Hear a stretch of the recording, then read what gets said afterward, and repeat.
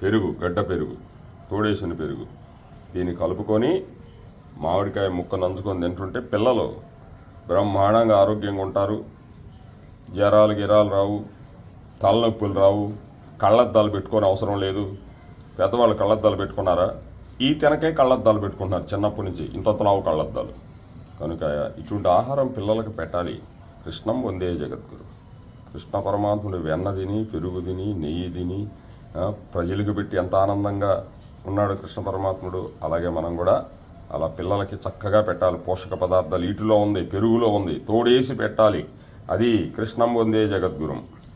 మీకు ఈ వీడియో నచ్చినా నచ్చకపోయినా నేనేం అడగను, లైక్ చేయను. ఉన్నది చెప్తాను అంతే, ఉన్నది చెప్తా. కృష్ణం వందే జగద్గురం. మీరు లైక్ చేయాలని కూడా నాకేముండదు, ఉన్నది చెప్తా. కృష్ణం వందే జగద్గురం. కృష్ణ పరమాత్ముడు వెన్నంతా తీస్తున్నాడు. చేతిలో వెన్న ముద్ద, చెంగల్లో పూదండ, బంగారు మలుత్రాడు, పట్టు దట్టీలు, సంధ్యతాయతలను, సిరిమోవ గజ్జలు, చిన్ని కృష్ణ నిన్ను చేరి కొలుతు. జై శ్రీకృష్ణ. ఈ వెన్నంతా ఎవరికి పెడుతున్నారు? భక్తులకు పెడుతున్నాడు. అంటే భక్తి అనే వెన్నం తీసి మనందరికి పెడుతున్నాడు. అది కృష్ణ పరమాత్ముడు చేసే పని. ఆయన ఏం తినడు, మనందరికి పెడతాడు. భక్తి మార్గంలో ఉండమని.